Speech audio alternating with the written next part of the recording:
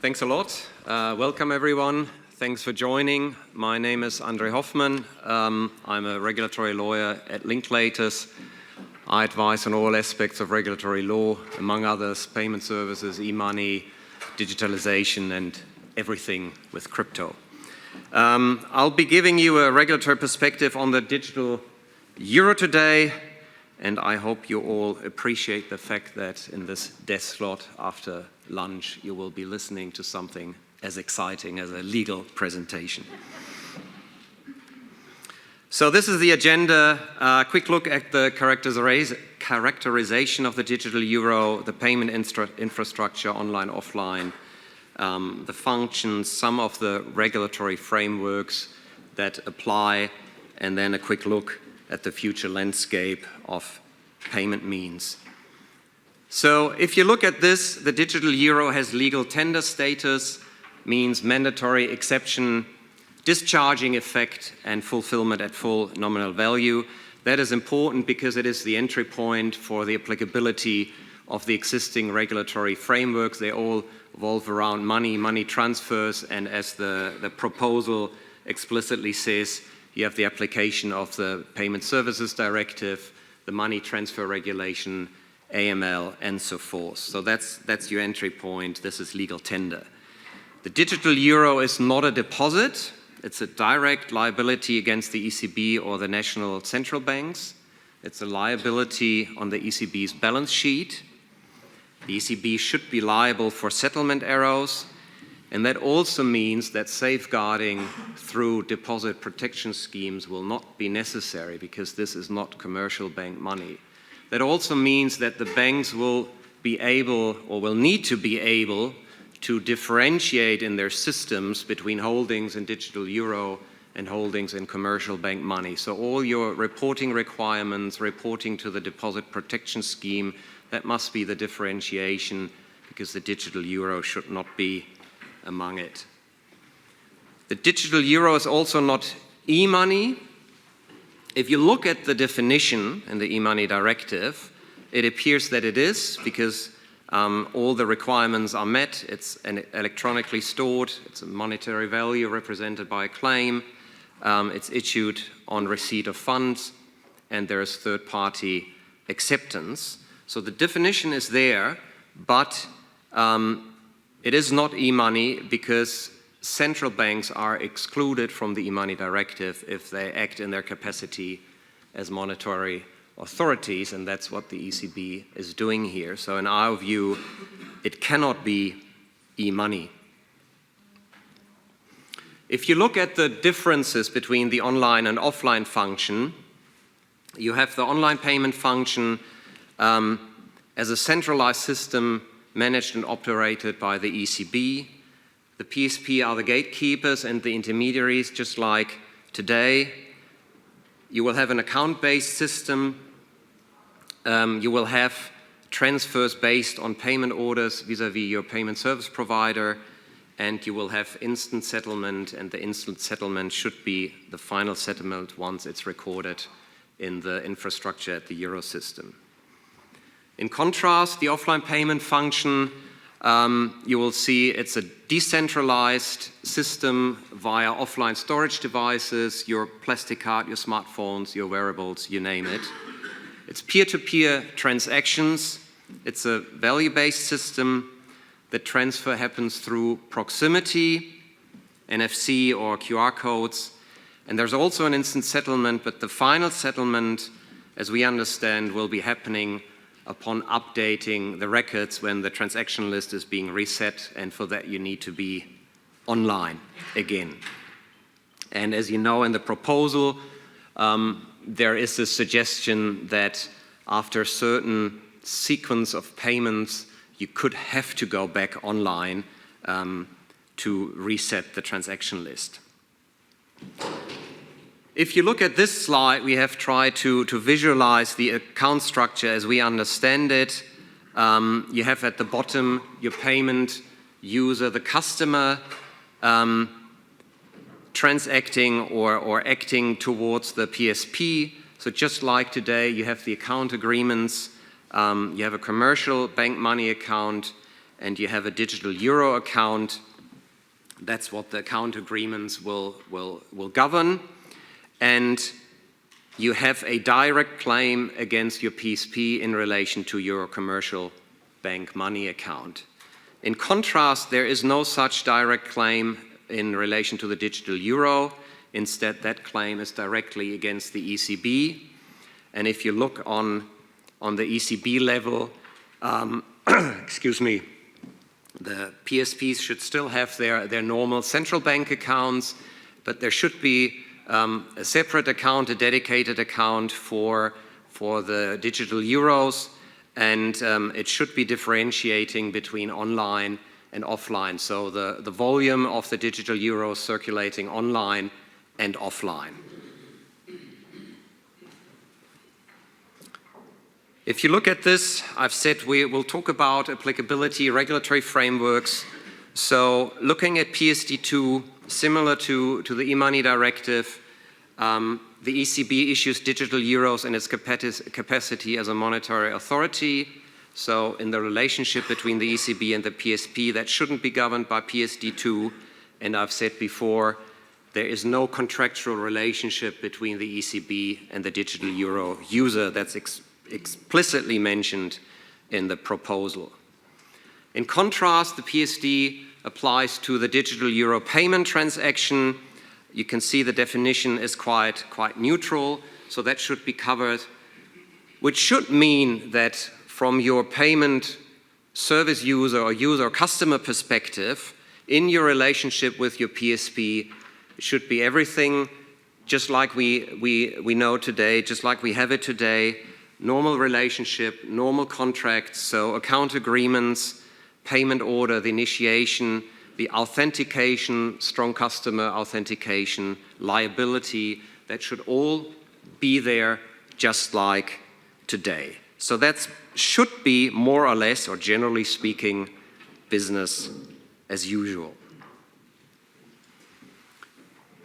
On this slide, we have tried to kind of outline from a process perspective and from a framework perspective, what does that mean?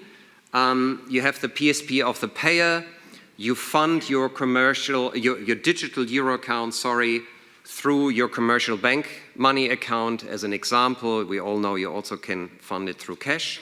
And you have the manual funding, so your normal payment order, or the automatic funding through the reverse waterfall. That transaction is covered by the money transfer regulation. Why is that? Because it's a transfer of fund, and if you look at the definition, it also applies if the payer and the payee are the same person, and it also applies if the payment service provider of the payee and the payer is the same. So that should be applicable here. Then you have your digital euro payment transaction from one digital euro account to the other. Again, in our view, the MTR should apply. Again, you need a payment order, and then the money arrives in the digital euro account of the payee. And from there, you can defund again by a manual payment order or automatically through the waterfall principle. And again, the MTR should apply. So again, this looks like as it would be the same, basically the same as we know from today. In comparison, you have the offline payment function. So we understand that you need to register and deregister your local storage device. That should be done by the PSP. The funding and the defunding of the local storage device should happen online, and it should be recorded in the balance by the Euro system. Then you take your local storage device offline, and then you have your transfer peer-to-peer through proximity, and you have your instant settlement. The verification and the recording should be done through secure elements in the local storage device. And then, as I said before, at some point, you need to take the local storage device back online for final settlement and resetting of the transaction list. The interesting question, or one of the interesting questions, I think, is who will be the issuer of the local storage device, and I will come to that on the next slide. Who will be liable, for example, for unauthorized transfers? Who will be liable for settlement errors? What is, in relation to AML screening, you can continue this list with data privacy and so forth. But I think these are some of the key questions we will need to look at. Of course, this is all a snapshot. We're just working with a proposal at the moment. A lot of the technicalities are still unclear, but these are the ideas or issues we think we will see or we will need to deal with. And in order to visualize that again, we've tried to outline what happens or what frameworks apply to the offline payment function. Again, on the right-hand side, if you look at the PSP, the payer PSP, the funding of the local storage device, while it's still online, again, we believe that the money transfer regulation should apply, PSD2 should apply. Then you have funded your local storage device, you have digital euros on there, and then you take it offline. And now I think this is the interesting part, your offline transfer between the local storage devices. So what applies here? I think in relation to the MTR, it's quite clear that it should apply. There are references in the proposal that it applies, explicitly mentions the peer-to-peer transactions.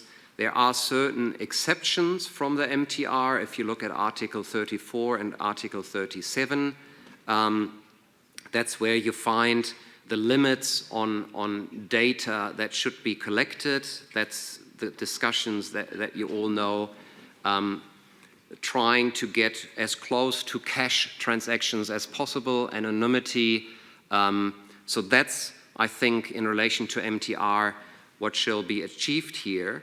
But the interesting question, I think, is what's with PSD2? What is this local storage device? And if you look at it, as a regulatory lawyer at least, the thing that comes to mind is it's a payment instrument.